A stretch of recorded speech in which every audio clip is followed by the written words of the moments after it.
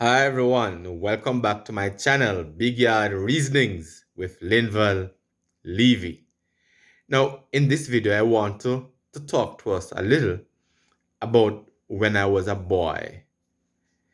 My community in St. Elizabeth was one of the last communities to, to get paved roads and to have electricity.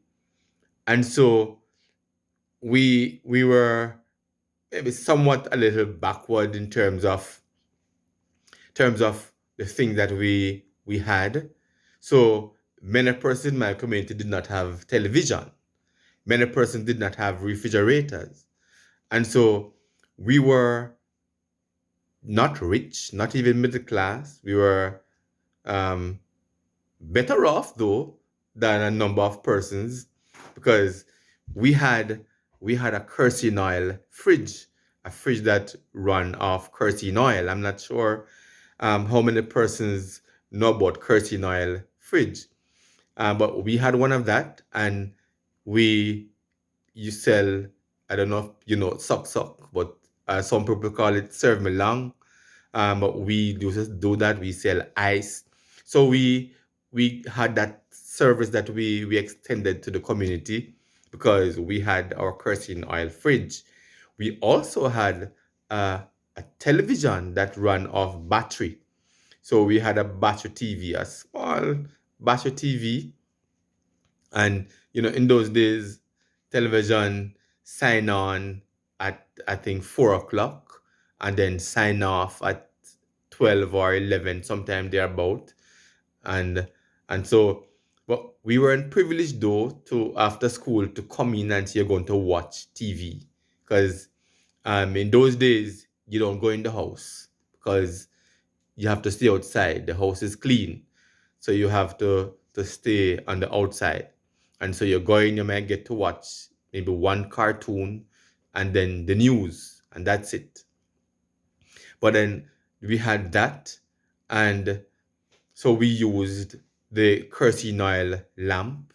That's what we used. And I remember um, the first time we got our kerosene oil stove. We got a two-burner kerosene oil stove. I remember going to Mandeville Courts with my mother to buy that kerosene oil fridge. We went on Doris Transport. I'll never forget it. In terms of transportation, when when I was little and you wanted to go to say Black River from where we lived, there was one bus, a VW bus in the community, Mass Bland, we used to call him. And you had to go and make your appointment the evening before, or maybe some days before, to say you want to go to Black River on a particular date. So you go and you book your seat. And if that is booked or if that leaves you, then you have to walk to Crossroad some miles to get there, to catch the 9 o'clock bus. And then that 9 o'clock bus, it takes you to Black River because that was a destination.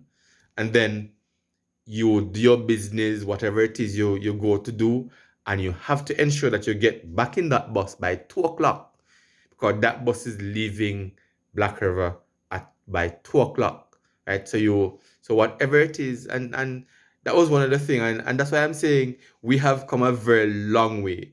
When you go to Black River, it's like it was an all day thing. So you have to plan just to stay the whole day. Even if you get through your business at 10 o'clock, you have to go and sit in the bus until the bus is ready for 2 o'clock. Because there was no other bus going our way. And going to Mandeville, it was the same thing. It was a whole day thing. See, these days you can get to Black River in a jiffy and you're back home in less than an hour or so. And so we have really come a very, very, very long way. You see, children these days are so blessed. You see, and so I just want to highlight some of those things, and so that we know where we are really coming from. And in my next video, I will just maybe in another video, I'll talk about some of the other things that we did when I was a boy. All right, so I just want us to remember to hold on to these things. So we have to highlight our culture and keep some of those aspects of our culture alive.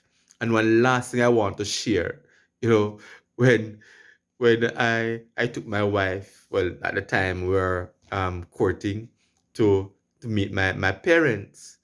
And while we're there and my mother and I were talking, and she was there looking at me as if to say, but you don't understand what she's saying. Because we're there talking and, you're talking in patois, in St. Elizabeth, basically all the communities have their own accent, or have their own style of patois, you know. And so she was she was wondering if I was understanding what my mother was saying. Can you imagine? She's asking if I understand what she's saying. That's my mother. so so I understood every word she was saying. And then where I'm from, a lot of the person they speak really fast. So something like, "We go down the glow. We go down the glow. We and we had to do so long. You know, back here, back here yard. No sit I get late now. You have time to go back home. Have time to go back home now." You see, so things like that. If you don't listen carefully, as an outsider, you may not understand what is really happening. And this is how exciting our culture is. Our culture is. And this is one of the reasons I really love my country. All right. So let's hold on to our culture, let's cherish it, and let's enjoy our country. This is a beautiful country, exciting, and I love it. I'm sure you love it too. All right, so I'll see you in my next video. So you continue to like and subscribe and share the videos with your friends and your relatives.